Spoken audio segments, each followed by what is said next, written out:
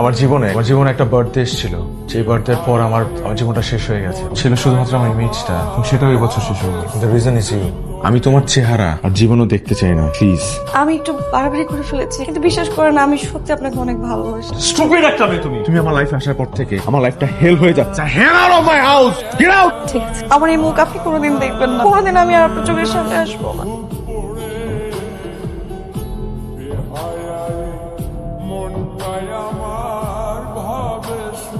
না না, এখন কেক কাটবো না। তোমার মারি আপু আসবে, তারপর কেক কাটবো। ওভাবে খাবো। মারিয়া, তুমি এখানে? তোমাকে কত এক বছর ধরে আমরা কত খুঁজেছি। তুমি জানো না মারিয়া, আমার ছেলে না ছেলে তোমাকে কতখানি ভালোবেসে ফেলেছে। না, ভালোবাসি না। যাও গিয়ে নিজে দেখে আসো।